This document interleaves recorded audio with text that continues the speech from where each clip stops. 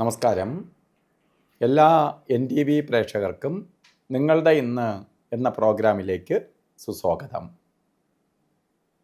ഇന്ന് 2025 ഓഗസ്റ്റ് മാസം 30 1201 ആണ്ട് ചിങ്ങമാസം 14 ശനിയാഴ്ച.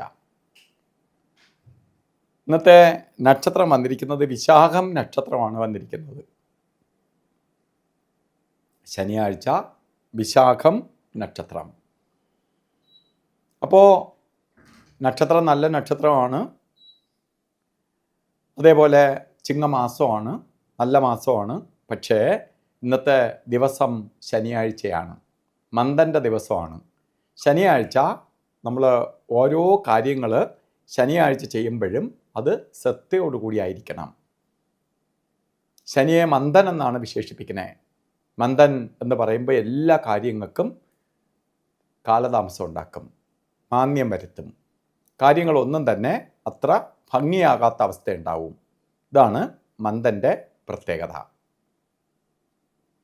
അതുകൊണ്ട് ഒരു ശുഭകാര്യങ്ങൾക്കും ഇന്ന് ഇറങ്ങാതിരിക്കുന്നതാണ് ഏറ്റവും ഉത്തമം. ചില കാര്യങ്ങൾ നമ്മൾ ചെയ്യുന്ന കാര്യങ്ങൾ റൊട്ടീൻ പോലെ ചെയ്തു പോകുന്നതല്ലാതെ പുതിയ സംരംഭങ്ങളിൽ കൈവയ്ക്കാതിരിക്കുക.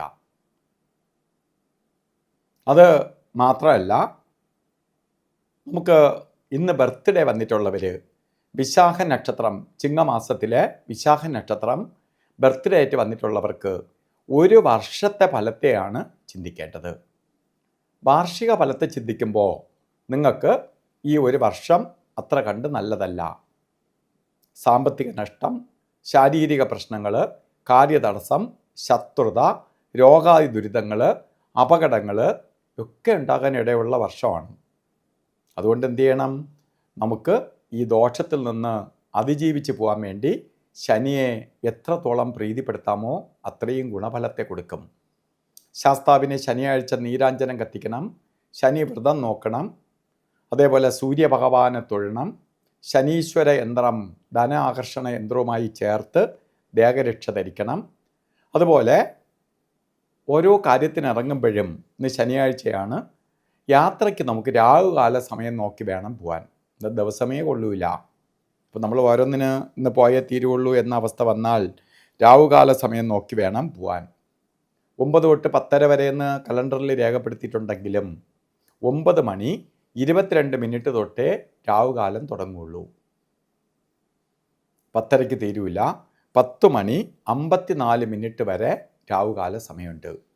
ഈ സമയം നമുക്ക് യാത്രയ്ക്ക്, പ്രത്യേകിച്ച് ശുഭയാത്രകൾക്ക് എടുക്കരുത്.